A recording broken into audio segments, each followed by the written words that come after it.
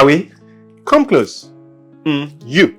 Let's talk. Come close to the screen and listen. Editors, good editors, sent me a note to make this video. They said I should ask you, you, why do you always mount pressure on them when you send your manuscript for editing? What's the problem? Why are you stressing my life, for Christ's sake? And the moment they send it back to you, like after the job has been done, then ghost mode activated. For you to sit down and read or review what has been sent to you, it's a big deal. You think that you are doing good. You are doing lunatic encyclopedian petriculation of Jajatica. No. Editing is not a one person or one set of people's job. You are the author, you have to be involved in the editing process.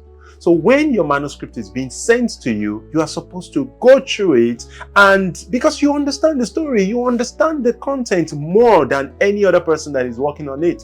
So when an editor sends you your manuscript, take time out, create that time, and of course, make necessary corrections. Use the same energy that you use to mount pressure on editors to also go through your content and rework on it if necessary as an author.